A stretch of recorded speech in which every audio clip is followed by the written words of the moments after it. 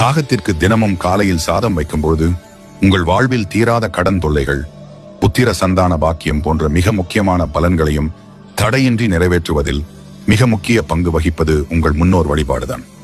மறைந்த முன்னோர்கள் காக்கை வடிவில் வந்து வழிபாட்டில் கலந்து கொள்வதாக பெரியவர்கள் சொல்வர். காக்கை சனி பகவானின் வாகனம். காக்கைகளுக்கு உணவு அளிப்பது சனிக்கு மகிழ்ச்சி தருமாம். யம தர்மராஜன் காக்கை வடிவம் எடுத்து மனிதர்கள் வாழுமிடம் சென்று அவர்களின் நிலையை அறிவாராம். அதனால் காக்கைக்கு உணவு அளித்தால் யமன் மகிழ்வாராம். யமனும் சனியும் சகோதரர்கள் ஆவார்கள். அதனால் காக்கைக்கு உணவிடுவதால் இருவரும் ஒரே சமயத்தில் திருப்தி அடைவார்களாம். வீடு தேடி காகங்கள் வந்து கரைந்தால் அதற்கு உடனே உணவிட வேண்டும். எனவே காக்கை வழிபாடு செய்வதால் சனி பகவான் யமன் மற்றும் முன்னோர்களின் ஆசீர்வாதத்தினை பெற்றுத்தரும்.